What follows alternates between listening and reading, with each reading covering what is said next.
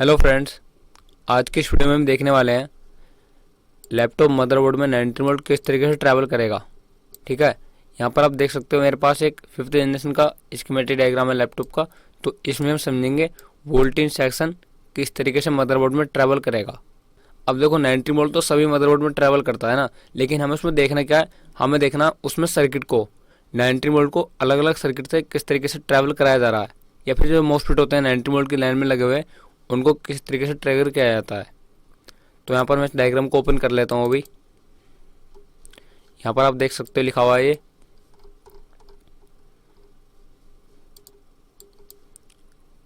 Intel का CPU लगा हुआ इस बोर्ड में, और ब्रॉडबेल यूएलटी, ब्रॉडबेल का मतलब होता है 4th 5th जनरेशन का सीपीयू। ठीक है, इसमें सीपीयू लगा 4th 5th जनरेशन का। और यहाँ पर देख सकते हो ये इस स्कीमेटिक डायग्राम का ब्लॉक डायग्राम है, जहाँ पर सारी चीज़ें बताई गई हैं कौन सा सर्किट कहाँ पर है।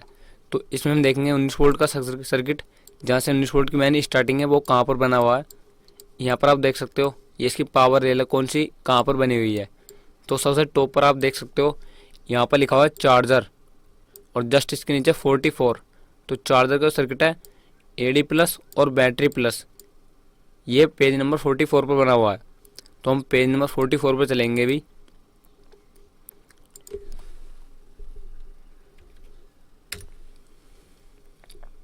यहाँ पर देख सकते हो हमारा ये चार्जिंग का सर्किट बना हुआ है, लेकिन यहाँ से हमारी मैन 19 वोल्ट की स्टार्टिंग नहीं है। हमें कहाँ से पढ़ना है, जहाँ से 19 वोल्ट हमारे मदरबोर्ड में मैन एंट्री करेगा, जिसको बोलते हैं हम डीसी जैक। तो मैं आपको ले चलता हूँ डीसी जैक पर, क्योंकि डीसी जैक से ही 19 वोल्ट की मैन एंट्री होती है मदरबोर्ड में। तो इस पेज पर हमारे मैन 19 वोल्ट की एंट्री होगी। इस पेज के टाइटल में दिखा देता हूँ आपको, DC in, direct current in. और डीसी इन किसको बोला जाता है, 19 वोल्ट को। ठीक है, जहाँ से हमारा 19 वोल्ट डीसी जैक के कनेक्टर से डायरेक्ट एंट्री करता है। तो यहाँ पर आप देख सकते हो ये एक डीसी जैक का कनेक्टर है, DC1 लिखा हुआ है यहाँ पर। अब ये कनेक्टर कितने पिन का है, तो ये कनेक्टर है 8 पिन का।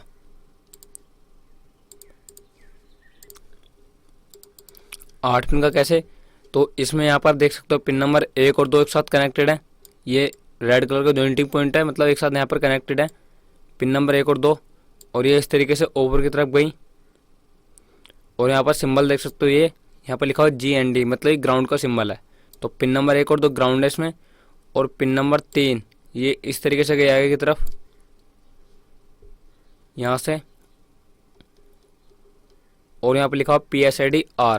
तो ये जो मदरबोर्ड लगा हुआ है ये डेल के लैपटॉप में लगा हुआ है। तो डेल में जो यूज होता है वो होता है PSID, power supply identification. PSID क्या होता है इसके बारे में एक पर्टिकुलर वीडियो बना दूंगा मैं। फिलहाल ये जो है अडाप्टर की इन्फॉर्मेशन को मदरबोर्ड में पहुंचाता है कि अडाप्टर कितने वोल्टेज का लगा हुआ है। ठीक है, बाकी इसमें पिन नंबर 4 यहाँ पर लिखा हुआ क्रॉस, मतलब यहाँ पर इसका यूज नहीं है। पिन नंबर 5 और 6 ये इस तरीके से एक साथ कनेक्टेड है, और ये आगे की तरफ गया। इसको मैं ख़त्म कर देता हूँ पहले। पिन नंबर 5 और 6 ये आगे की तरफ जाएगा इस तरीके से। यहाँ पर इसके यहाँ पर लिखा हुआ है EL, इस तरीके से गया, और नीचे भी गया। ये यहाँ पर लिखा हुआ है EL 4201, मतलब यहाँ पर कॉल होने चाहिए थे, लेकिन यहाँ पर लिखा हुआ है @ ये नहीं लगे हुए। तो इस कॉल की जगह यहाँ पर कंपनी ने इंटरनल ट्रैक कर दिया, मतलब यहाँ पर कोयल नहीं लगा, सिर्फ यहाँ पर इस तरीके से इंटरनल ट्रैक कर दिया। बाकी कनेक्शन यहाँ पर भी है कंटिन्यू। तो ये जो लाइन है ये है 19 वोल्ट की पॉजिटिव लाइन, 19 वोल्ट की पॉजिटिव लाइन।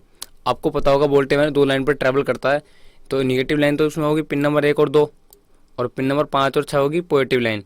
बाकी पिन नंबर 7 और 8 ये ग्राउंड है। ठीक है, तो हमें समझना कौन सी लाइन को है जिससे हमारा 19 वोल्ट मैन ट्रैवल करेगा, पिन नंबर 5 और 6 से। तो पिन नंबर 5 और 6 से ये सप्लाई इस तरीके से निकल कर जाएगी आगे की तरफ। नीचे यहाँ पर फिल्टर कैपेसिटर नहीं है, @ लगा हुआ है इन पर, और इस तरीके से आगे की तरफ जाएगी। और इस कोयल यहाँ पर कोयल तो है नहीं, लेकिन इसकी जगह इंटरनल ट्रैक है, तो इसको ये पास करेगा, और इस तरीके से 19 वोल्ट आगे की तरफ जाएगा। यहाँ पर नीचे की तरफ आता है, लेकिन यहाँ पर लिखा हुआ है @ मतलब ये नहीं लगा हुआ। यहाँ पर भी ये नहीं लगा हुआ। ठीक है, तो 19 वोल्ट आपका सीधा, थोड़ा इसको जूम आउट करता हूँ मैं, DC जैक से चला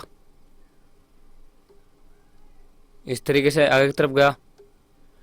अब यहाँ पर आप देख पा रहे हो यहाँ पर लिखा हुआ PD4201, तो ये एक डायोड है। अब डायोड का काम करेगा यहाँ पर, तो डायोड है प्रोटेक्शन डायोड, ये यहाँ पर प्रोटेक्शन का काम करेगा, लेकिन कंपनी ने इसको यहाँ पर नहीं लगाया। यहाँ पर लिखा हुआ है ना @ यहाँ पर नहीं लगा हुआ।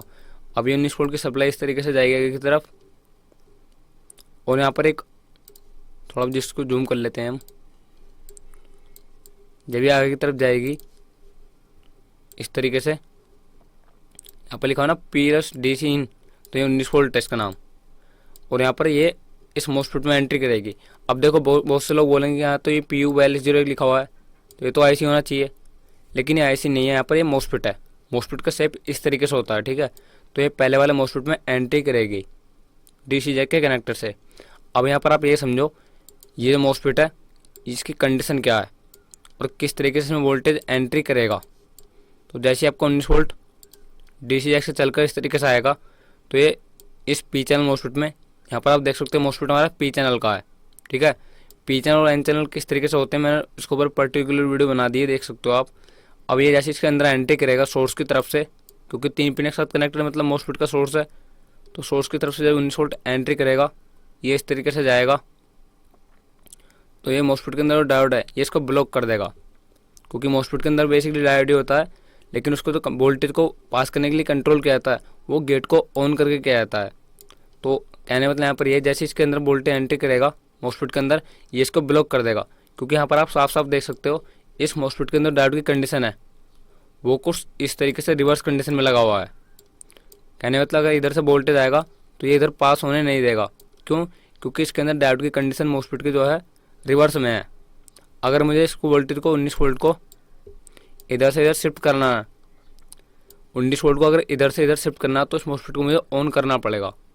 और आपको पता होगा मोस्फेट ऑन कहाँ से होता है, वो होता है ऑन गेट से। तो पिन नंबर 4 देख सकते हो, इसका गेट है, यहाँ से इस मोस्फेट को ऑन करना पड़ेगा। तो कुछ सिंपल सा कहने का मतलब यहाँ पर ये है कि पहला वाला मोस्फेट हमारा वोल्टेज को ब्लॉक कर रहा है, लेकिन मुझे तो इस वोल्टेज पास कराना है, तो इसलिए इसको ऑन करना पड़ेगा। और ऑन कैसे होगा? गेट से। अब क्योंकि देखो ये P चैनल का मोस्फेट है, तो P चैनल को जो ऑन करने के लिए वोल्टेज चाहिए होता है, वो चाहिए होता है लो वोल्टेज। पीछे मैंने काफ़ी सारी वीडियो में बता रखा है कि जो P चैनल सर्किट होता है उसको ऑन करने के लिए लो वोल्टेज चाहिए। लो वोल्टेज कितना? तो लो वोल्टेज होता है शिफ्टिंग से कम वोल्टेज। अब मान लो कि चलो मैं यहाँ पर 19 वोल्ट इधर से इधर शिफ्ट कराऊंगा, तो मुझे इसके गेट पर 19 वोल्ट से कम देना पड़ेगा। कम कितना? तो वो जहाँ तक मैंने चेक किया अभी मदरबोर्ड में, तो 1 वोल्ट से लेकर आपको 10 वोल्ट तक कुछ भी मिल सकता है, ठीक है। इससे ऊपर नहीं मिलेगा, तो इसके गेट पर लो वोल्टेज में देना पड़ेगा। अब बहुत सारे लोगों के दिमाग में डाउट आ रहा होगा कि अभी तुम्हारे बोर्ड में सिर्फ 19 वोल्ट की सप्लाई बनी है, तो लो वोल्टेज कैसे बनेगा? तो इस मोस्फेट को ऑन करने के लिए जो लो वोल्टेज बनता है वो बनता है वोल्टेज डिवाइडर से। अब वोल्टेज डिवाइडर क्या होता है? तो वोल्टेज डिवाइडर एक ऐसा सर्किट होता है जिसमें एक रजिस्टर होता है R1 और एक रजिस्टर होता है R2। अब जो R2 होता है वो ग्राउंड के साथ कनेक्टेड होता है R2, और जो R1 होता है वो हमारा होता है वोल्टेज के साथ कनेक्ट। जिस भी वोल्टेज से आप वोल्टेज कम करना चाह रहे हो, अब जैसे मुझे 19 वोल्ट यहाँ पर कोई सप्लाई दूसरी तो बनी नहीं है, तो मुझे 19 वोल्ट से कम वोल्टेज करना पड़ेगा। तो R1 पर मुझे देना पड़ेगा 19 वोल्ट और R2 को देना पड़ेगा एक तरफ से ग्राउंड। अब ये R1 अपनी तरफ को खींचेगा वोल्टेज को और R2 खींचेगा ग्राउंड की तरफ को, तो इस वजह से इस रजिस्टर की वैल्यू के अकॉर्डिंग यहाँ पर लो वोल्टेज क्रिएट हो जाएगा, ठीक है। और वही सर्किट देखो यहाँ पर लगा हुआ है। ये एक तो आपको 19 वोल्ट के साथ कनेक्टेड है ये R1 रजिस्टर 200 किलो ओम का, और दूसरा ये ग्राउंड के साथ कनेक्टेड है R2, इसकी वैल्यू है 47 किलो ओम। तो मैं एक बार आपको कैलकुलेट करके बता देता हूँ यहाँ पर कितना वोल्टेज बनेगा लो वोल्टेज 19 वोल्ट से, ठीक है। 19 वोल्ट से मतलब यहाँ पर कितना वोल्टेज बनेगा कम होकर डिवाइडर के द्वारा। तो 19 इंटू, मैं वोल्टेज डिवाइडर का फॉर्मूला एक बार कैलकुलेट कर रहा हूँ, 47 divide by R1 plus R2, तो 247। तो अप्रोक्स इसके गेट पर 3.6 वोल्टेज बनेगा। अब ये मैंने कैसे किया? तो ये मैंने वोल्टेज डिवाइडर के फॉर्मूले से कैलकुलेट किया। वोल्टेज डिवाइडर के ऊपर मैं एक पर्टिकुलर बना दूंगा अगली वीडियो, उसमें आप देख सकते हैं किस तरीके से वोल्टेज डिवाइडर को कैलकुलेट किया जाता है। तो यहाँ पर 3.6 वोल्टेज बनेगा। ये बनेगा कैसे? तो यहाँ पर आप साफ साफ देख सकते हो, यहाँ पर एक वोल्टेज डिवाइडर लगा हुआ है, ठीक है।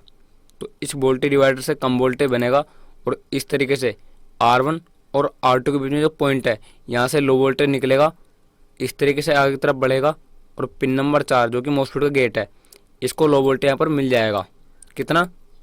तो वो है 3.6 वोल्टेज, जिससे मॉस्फेट ऑन हो जाएगा और पूरा 19 वोल्ट इधर से इधर शिफ्ट हो जाएगा। ठीक है, अगर मान के चलो मैं यहाँ पर 19 वोल्ट की जगह, सॉरी यहाँ पर 3.6 वोल्ट की जगह यहाँ पर सीधा 19 वोल्ट दे दो उसके गेट पर, तब क्या होगा? तभी आपका मॉस्फेट बंद हो जाएगा, क्योंकि पी चैनल का कॉन्सेप्ट है, एन चैनल हो चाहे पी चैनल हो, अगर आप उसके गेट पर हाई वोल्टेज दोगे, मतलब जितना वोल्टेज आप इधर से इधर शिफ्ट कर रहे हो उतना ही अगर गेट पर दोगे तो वो मॉस्फेट ऑफ हो जाएगा, वोल्टेज को शिफ्ट नहीं करेगा। इसलिए पी चैनल की कंडीशन है कि इसके गेट पर आपको लो वोल्टेज देना ही देना पड़ेगा अगर इसको आप ऑन करना चाहते हो तो। ठीक है, तो ये तो आपको समझ में आएगा किस तरीके से ऑन होगा और लो वोल्टेज कैसे बनेगा। लो वोल्टेज तो आपका यहाँ से डिवाइडर से बनेगा, इस वोल्टेज को लेकर इस 19 वोल्ट को ब्रेक डाउन करके, जैसे 19 वोल्ट आपका ब्रेक डाउन मतलब कम होगा 3.6 वोल्ट में, तो वो मॉस्फेट के गेट पर चला जाएगा और मॉस्फेट आपका ट्रिगर हो जाएगा। ट्रिगर होते ही 19 वोल्ट को इधर से इधर शिफ्ट कर देगा। ठीक है, तो पहला वाला मॉस्फेट आपको वोल्टेज को पास कर रहा है, लेकिन अभी एक चीज़ यहाँ पर आपको समझनी पड़ेगी थोड़ी सी। यहाँ पर आप देख सकते हो ये जो मॉस्फेट का गेट है, इसके साथ एक डिवाइडर तो कनेक्ट है ही, और ये होना भी चाहिए क्योंकि लो वोल्टेज दे रहा है, लेकिन साथ ही साथ यहाँ पर एक चीज़ और कनेक्टेड है मॉस्फेट के गेट के साथ ही। नीचे की तरफ आप देखोगे ये इस तरीके से एक ट्रांजिस्टर है PQ4201, और इस ट्रांजिस्टर के साथ कनेक्टेड है नीचे की तरफ PQ4204। तो अब ये ट्रांजिस्टर किस लिए लगे हुए हैं? क्योंकि एक बात बताओ आप, जब हमारा 19 वोल्ट पूरा इधर से इधर शिफ्ट हो गया तब इन ट्रांजिस्टर की ज़रूरत क्या है ना? सिंपल सा है, जब हमारा 19 वोल्ट इस तरफ से इस तरफ शिफ्ट हो गया तो फिर कंपनी ने इसको क्यों लगाया है? बहुत सारे लोगों के दिमाग में डाउट आता है कि सर ये कंपोनेंट यहाँ पर क्यों लगे हुए हैं, तो मैं उनको बताना चाहता हूँ ये कंपोनेंट किसी काम के नहीं है, यहाँ पर सिर्फ प्रोटेक्शन के लिए हैं। और अगर ये दोनों ट्रांजिस्टर कभी ऑन भी हुए तो यहाँ पर प्रॉब्लम क्रिएट करेंगे, मतलब वोल्टेज को इधर से इधर शिफ्ट नहीं होने देंगे। ठीक है, ये मॉस्फेट काम कैसे, सॉरी ये ट्रांजिस्टर काम कैसे करते हैं तो ये भी समझा देता हूँ आपको। तो ये है आपका प्रोटेक्शन ट्रांजिस्टर। अब प्रोटेक्शन ट्रांजिस्टर काम कैसे करते हैं तो देखो, जब भी आपका लैपटॉप चलता है ना तो आपका आईओ चिप जो होता है वो इन ट्रांजिस्टर को बाय डिफ़ॉल्ट ऑन कर देता है। उसको लगता है मदरबोर्ड में कोई दिक्कत है इसलिए वो बार बार शट डाउन कर देता है। तो ये दोनों प्रोटेक्शन का काम करते हैं ट्रांजिस्टर। अगर ये ऑन हुए तो हमारे मदरबोर्ड को ऑन नहीं होने देंगे। काम कैसे करते हैं ये समझा देता हूँ मैं आपको। देखो इसको मैं थोड़ा जूम करता हूँ, यहाँ पर आप देख सकते हो यहाँ पर लिखा हो 24, पेज नंबर 24 पर मतलब शायद हमारा आया होगा, मैं दिखा देता हूँ। यहाँ से एक वोल्टेज आता है पावर चार्जिंग अडेप्टर ऑफ, तो इसका मीनिंग आप समझ गए। यहाँ पर अडेप्टर को ऑफ करने के लिए वोल्टेज आएगा। अब हमें तो अडेप्टर ऑफ नहीं चाहिए ना, अडेप्टर चलाना हमें तो यहाँ पर इसको देखना पड़ेगा कहाँ से आ रहा है ये। यहाँ पर आप देख सकते हो ये लिखा हुआ है NPC, मतलब नोवोटोन की इसमें SO चिप लगी हुई है और यहाँ से ये आउट हो रहा है, पिन नंबर 11 से आउट हो रहा है ये, और ये यहाँ पर जाएगा इस ट्रांजिस्टर के गेट पर कुछ इस तरीके से। यहाँ पर लिखा हुआ ना पावर, यहाँ पर लिखा हुआ ना ये पावर चार्जिंग अडेप्टर ऑफ, इस तरीके से वोल्टेज जाएगा इस तरीके से। अब देखो जाएगा तो इधर की तरफ भी, लेकिन यहाँ पर कंपोनेंट ही नहीं है तो इसको हम समझेंगे क्या भाई, है ना। दूसरी चीज़ एक यहाँ पर जाएगा, देखो ये इस तरीके से। अब यहाँ पर लिखा हुआ है @ यहाँ पर देखो कंपोनेंट तो नहीं है, मतलब जो PR4201 है, सॉरी PR4210 है वो लगा हो तो नहीं है, लेकिन उसकी जगह पर इंटरनल ट्रैक बना दिया, लेकिन कनेक्शन जरूर है इधर से इधर। तो ये वोल्टेज आपका आएगा, कितना वोल्टेज आएगा तो अप्रोक्स यहाँ पर मिलता है 3 वोल्ट। ये 3 वोल्ट इस तरीके से आएगा और ये इस ट्रांजिस्टर को ऑन कर देगा PQ4204 को, क्योंकि NPN ट्रांजिस्टर है और NPN को ऑन होने के लिए 0.7 से अधिक वोल्टेज चाहिए, लेकिन यहाँ पर कितना वोल्टेज आएगा 3 वोल्ट। तो 3 वोल्ट से आराम से ऑन हो जाएगा, ये कोई दिक्कत नहीं आएगी। इसको ऑन कौन करेगा? ये आईओ चिप। और ऑन क्यों करता है? क्योंकि उसको लगता है अडेप्टर में कुछ दिक्कत है, ठीक है, लेकिन होता वो बाय डिफ़ॉल्ट है। तो जैसे ये ट्रांजिस्टर 3 वोल्ट से ऑन होगा, इसके गेट पर मिलेगा 3 वोल्ट, तो ये क्या करेगा इस तरीके से अमीटर और कलेक्टर को एक साथ कनेक्टेड कर देगा, मतलब इस ग्राउंड को पिन नंबर 3 से पिन नंबर 1 पर शिफ्ट कर देगा। ठीक है, कब करेगा? जब ये 3 वोल्ट से ऑन हो जाएगा। और ऑन कौन करेगा इसको? IO chip. तो जैसे ही ऑन होगा तो ये ग्राउंड को इस तरफ शिफ्ट कर देगा और ये ग्राउंड कहाँ पर पहुँचेगा, PQ4205 के गेट पर। अब जो PQ4205 है ये है PNP ट्रांजिस्टर। पहला वाला है NPN और दूसरा है PNP। दो प्रकार के मदरबोर्ड में ट्रांजिस्टर होते हैं। अब जैसे ही PNP के गेट पर ग्राउंड मिलेगा इसके ऑन होने से इस तरीके से, तो आपका जो PNP ट्रांजिस्टर होता है उसको ऑन करने के लिए चाहिए होता है 0.7 से कम वोल्टेज। कितना, 0.7 से कम वोल्टेज। तो 0.7 से कम वोल्टेज का मतलब क्या है, इसने तो पूरा इसके गेट पर ग्राउंड शिफ्ट कर दिया तो ये आराम से ऑन हो जाएगा। PNP भी आपका आराम से ग्राउंड से ऑन हो जाएगा। अब जैसे ही PNP ऑन होगा तो ये पिन नंबर 3 को और 1 को एक साथ कनेक्टेड कर देगा, और जैसे ही पिन नंबर 3 और एक साथ कनेक्टेड होगी तो ये क्या करेगा, ऊपर आप देख सकते हो ये हमारी 19 वोल्ट की लाइन है ना, क्योंकि यहाँ पर देख सकते हो मॉस्फेट के अंदर 19 वोल्ट एंट्री कर रहा है। तो जाहिर सी बात है यहाँ पर भी ये 19 वोल्ट इस तरीके से नीचे की तरफ आएगा, और जैसे ही ट्रांजिस्टर ऑन होगा तो पिन नंबर 3 एक साथ कनेक्टेड हो जाएंगी, तो 19 वोल्ट को सीधा इस तरीके से यहाँ पर शिफ्ट कर देगा यहाँ पर। और यहाँ पर आप देख सकते हो ये R1 और R2 जो डिवाइडर है, डिवाइडर के बीच में शिफ्ट कर देगा। अब जैसे इस डिवाइडर के बीच में 19 वोल्ट मिलेगा, जबकि 19 वोल्ट डिवाइडर की कंडीशन है, आपको 19 वोल्ट यहाँ पर मिलना चाहिए था, यहाँ पर तो आ रहा है नहीं, लेकिन इस ट्रांजिस्टर का ऑन होने से ये वोल्टेज इस तरीके से आया और इसके यहाँ पर चलाएगा R1 और R2 के बीच में, तो यहाँ पर डिवाइडर आपका फेल हो जाएगा और पूरा 19 वोल्ट बन जाएगा। अब जैसे यहाँ पर 19 वोल्ट बनेगा तो आपको पता है ये पॉइंट यहाँ पर भी कनेक्टेड है मॉस्फेट के गेट के साथ, तो जैसे यहाँ पर 19 वोल्ट गेट पर भी पहुँचेगा, अब सिंपल सी बात है यहाँ पर आएगा तो गेट पर भी चला जाएगा। तो जैसे ही 19 वोल्ट इस मॉस्फेट को मिलेगा ये मॉस्फेट तुरंत ऑफ हो जाएगा, क्योंकि कुछ देर पहले मैंने आपको बताया था कि अगर 19 वोल्ट को आप इधर से इधर शिफ्ट करना चाहते हो तो उसके गेट पर आपको कम वोल्टेज देना पड़ेगा, लेकिन इन दोनों ट्रांजिस्टर के ऑन होने की वजह से यहाँ पर सीधा 19 वोल्ट आ गया, तो ये मॉस्फेट सीधा ऑफ हो जाएगा। और जैसे ही मॉस्फेट ऑफ होगा तुरंत आपका अडाप्टर वोल्टेज CLR तक नहीं पहुँचेगा और आपका मदरबोर्ड ऑफ हो जाएगा। ठीक है, तो इसलिए अब इसका सॉल्यूशन क्या है, तो आप सिंपल से इन दोनों ट्रांजिस्टर को रिमूव कर दो, आपकी प्रॉब्लम सोल्व हो जाएगी। ठीक है, ये सिर्फ प्रोटेक्शन ट्रांजिस्टर, बाकी इनका कोई दूसरा काम नहीं है, इनके हटने से कोई प्रॉब्लम और नहीं आएगी। तो यहाँ तक का कॉन्सेप्ट आपको समझ में आया होगा, ये दोनों ट्रांजिस्टर क्यों लगे हुए हैं और ये मॉस्फेट किस तरीके से ऑन होगा। अब हम समझते हैं, जब पहला वाला मॉस्फेट हमारा वोल्टेज को पास कर देगा तो यहाँ से वोल्टेज कहाँ पर जाएगा, तो यहाँ पर आप देख सकते हो इधर जो वोल्टेज का नाम है DC प्लस है, लेकिन जैसे ही वोल्टेज इधर पास होगा इसका नाम बनेगा AD प्लस। तो अब मुझे जो सेकंड मॉस्फेट तक पहुँचना है, क्योंकि मेरे पहले वाले मॉस्फेट ने तो वोल्टेज पास कर दिया, अब मुझे देखना सेकंड वाले मॉस्फेट को, क्योंकि आपको पता होगा वोल्टेज सेक्शन में दो मॉस्फेट होते हैं, एक तो होता है फर्स्ट मॉस्फेट 90 वोल्ट का, एक होता है सेकंड मॉस्फेट। तो फर्स्ट मॉस्फेट ने तो वोल्टेज पास कर दिया, अब देखना मैं सेकंड मॉस्फेट। तो यहाँ पर आप देख सकते हो आगे कहीं भी सेकंड मॉस्फेट नहीं है, तो उसको फाइंड करने के लिए मुझे यहाँ पर एक नाम है AD प्लस, सर्किट के एंड में इसको कॉपी करना पड़ेगा और इसको फाइंड करूँगा मैं, किसको, सेकंड मॉस्फेट को, क्योंकि फर्स्ट मॉस्फेट को पास करके वोल्टेज सेकंड मॉस्फेट पर जाएगा।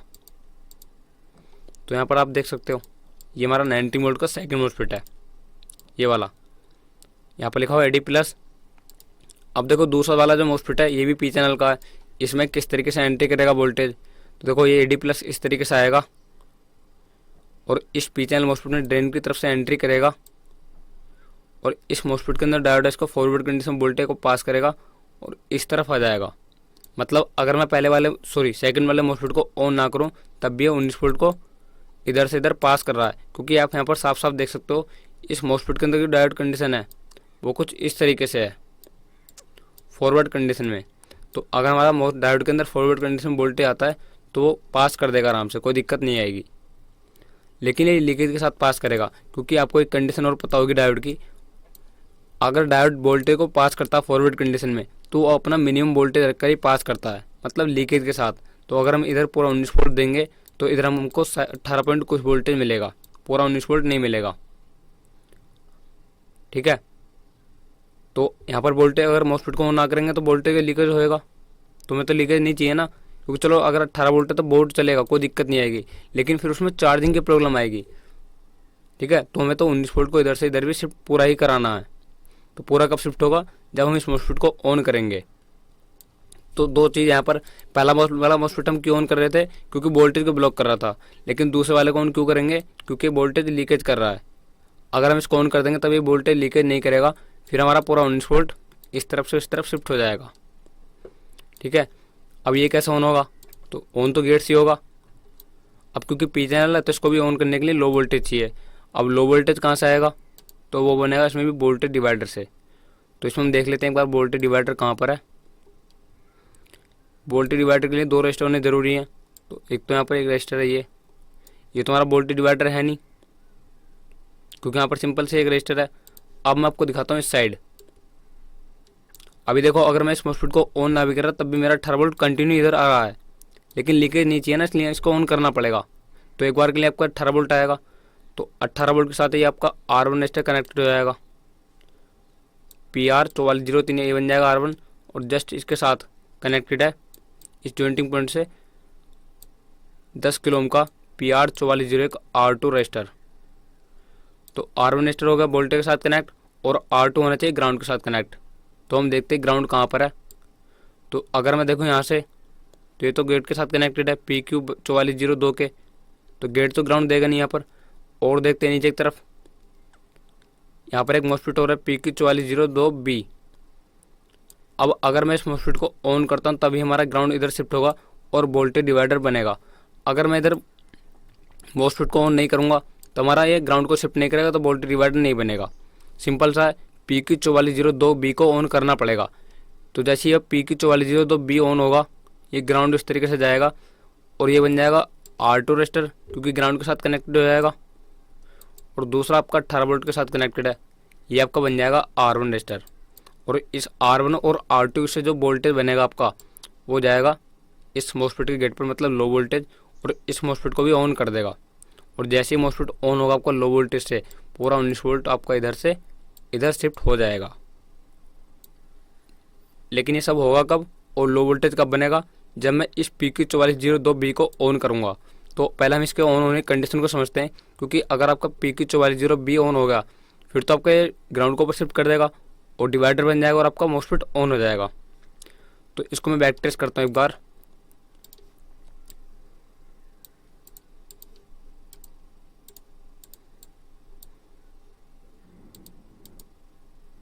इसका बर्थ देखते हैं एक्चुअल में कहाँ से है। फिर से देखता हूँ एक बार मैं बैक टेस्ट करके इसको। यहाँ पर तो लगा @ कनेक्शन नहीं है। दूसरा यहाँ पर ये है, ठीक है, ये आप देख सकते हो। अब यहाँ पर एक्चुअल में होगा क्या, तो देखो यहाँ पर 3.3 वोल्ट ऑक्सिलरी S5, ये होता है LDO वोल्टेज का नाम। तो आप जब मदरबोर्ड में चार्जर को प्लग करते हो तो आपका LDO वोल्टेज जनरेट हो जाता है मदरबोर्ड को ऑन करने से पहले ही स्टेप डाउन IC से, क्योंकि एक बार के लिए 18 वोल्ट पूरे मदरबोर्ड में डिस्ट्रीब्यूट तो होगा, तो 18 वोल्ट स्टेप डाउन सेक्शन को भी जाएगा, जिससे यहाँ पर आपका 3 वोल्ट LDO जनरेट होगा। और 3 वोल्ट LDO इस तरीके से 100 किलो ओम को पास करके इस पावर चार्जिंग ACU के पर आएगा। लेकिन साथ ही साथ आपको यहाँ पर ध्यान रखना पड़ेगा कि ये जो आपका PQ 4408 है, इसको ऑफ रखना पड़ेगा, क्योंकि अगर मान के चलो मैंने PQ 4408 को ऑन कर दिया तो ये ग्राउंड को ऊपर शिफ्ट कर देगा, और अगर इसने ग्राउंड को ऊपर शिफ्ट कर दिया तभी आपका 3.3 वोल्ट नीचे नहीं आ पाएगा। तो इसको ऑफ कौन रखेगा, तो यहाँ पर देख सकते हो लिखा हुआ है AC इन हैज। हैज का मतलब लो, तो यहाँ पर ये लो होना चाहिए एक तरीके, मतलब हैज का मतलब समझा रहा हूँ एक तरीके से। यहाँ पर आपको हैज का मतलब यहाँ पर ये लो होना चाहिए, AC इन हैज। तो इसको लो कौन रखेगा, बैक टेस्ट करते हैं इसको भी।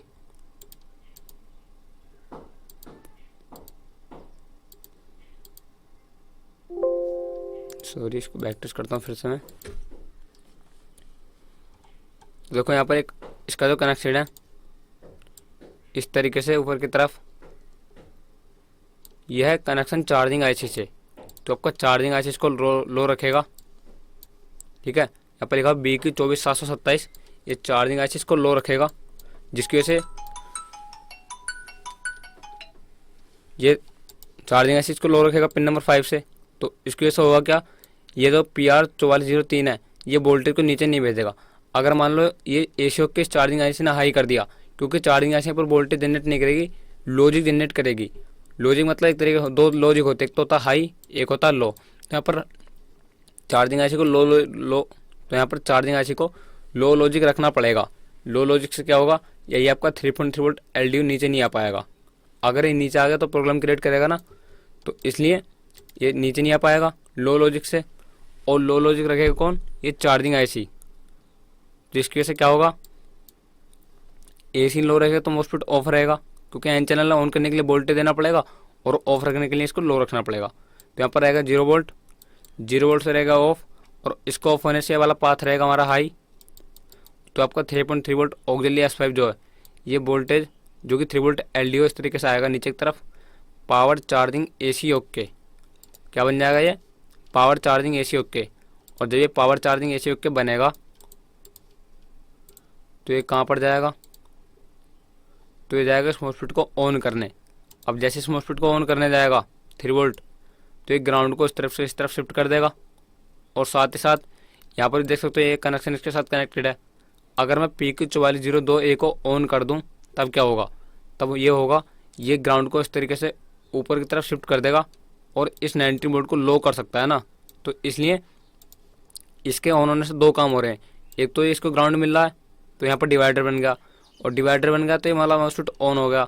दूसरा, अब यही ग्राउंड इस एन चैनल मॉस्फेट के गेट पर जाएगा, और आपको पता होगा एन चैनल मॉस्फेट को अगर ऑफ करना तो उसके गेट पर ग्राउंड दे दो, और ऑन करना तो वोल्टेज दे दो। तो जैसे ये PQ4402B ऑन होगा तो ये तो ग्राउंड को शिफ्ट करेगा और ग्राउंड चला जाएगा इसके गेट पर, तो ये आपका एन चैनल मॉस्फेट ऑफ हो जाएगा। और आपको पता है जब ऑफ रहेगा तो ग्राउंड को इधर से इधर शिफ्ट करेगा नहीं, तो ये वाला पाथ आपका हाई रहेगा और 90 वोल्ट प्रॉपर यहाँ पर आता रहेगा। ठीक है, तो जैसे आपका ये PQ4402B ऑन होगा तो ये ऑफ हो जाएगा और यहाँ पर डिवाइडर बन जाएगा, और डिवाइडर बनने से आपका 19 वोल्ट इस तरफ से इस तरफ पूरा का पूरा शिफ्ट हो जाएगा। और यहाँ से वोल्टेज कहाँ पर जाएगा सीधा, ये 19 वोल्ट का PR4402 ये CLR है, यहाँ पर चला जाएगा। ठीक है, CLR से आगे की तरफ भी जाएगा, लेकिन यहाँ पर आगे डिस्चार्जिंग मॉस्फेट है, ये डिस्चार्जिंग मॉस्फेट इसको इधर ब्लॉक कर देगा। ठीक है, क्योंकि इस तरफ होता है डिस्चार्जिंग मॉस्फेट के एक तरफ होता है बैटरी वोल्टेज लिखा हुआ BT+ और एक तरफ होता है अडप्टर वोल्टेज, तो इधर से इधर पास नहीं होना चाहिए। और इधर से जब पास कैसे नहीं होगा, तो देखो इस मॉस्फेट को अडप्टर मोड पर ऑफ रखने के लिए यही AD+ वोल्टेज आएगा, जिसकी वजह से ये बैटरी वोल्टेज इधर ना आ पाए। कब ना आ पाए, जब आपका लैपटॉप अडप्टर पर चल रहा हो। ठीक है, तो इधर आपका 19 वोल्ट रहेगा और इधर आपका रहेगा बैटरी वोल्टेज समथिंग 12 वोल्ट।